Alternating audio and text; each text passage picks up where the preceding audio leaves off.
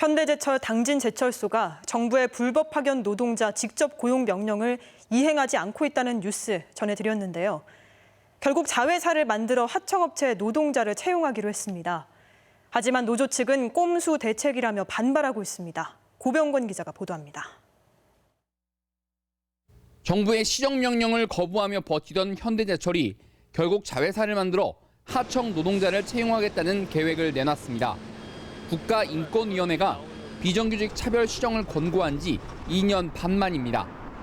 당진제철소의 경우 사내 1차 협력업체 노동자 5,300여 명이 대상으로 현대 ITC라는 회사를 이미 설립했으며 이달 중순부터 채용이 이뤄집니다.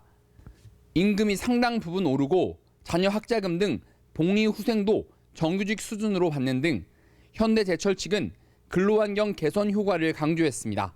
계열사로 지위가 상승이 되니까 그 부분에 대해서는 어느 정도 임금 인상 부분이라든지 아니면 근로자 복지 부분이라든지 이런 부분에서 많은 부분이 좀 상승 효과를 볼 수가 있다고 생각을 합니다.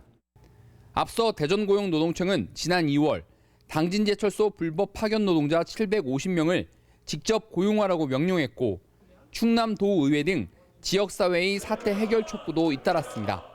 하지만 이에 대해 노조 측은 상황을 모면하기 위한 꼼수일 뿐이라며 반발하고 있습니다. 현대제철이 직접 고용하는 게 아닌 자회사 채용인 만큼 임금 등에서 차별이 계속될 테고 근로환경 개선도 얼마나 달라지는지 구체적이지 않다고 꼬집었습니다. 오히려 현대제철은 자회사로 전환을 하면 협력사를 운영하는 것보다 더 많은 이득을 남길 수가 있습니다. 근데 겉으로는 우리가 정규직으로 채용한다라고 포장할 수 있는 거고. 민간 기업의 전향적 대책이란 평가도 일부 있지만 전체 채용 대상 가운데 20~30%가 비조합원이어서 채용 절차가 시작되면 조합원, 비조합원 간 혼란이 불가피할 전망입니다. MBC 뉴스 고병권입니다.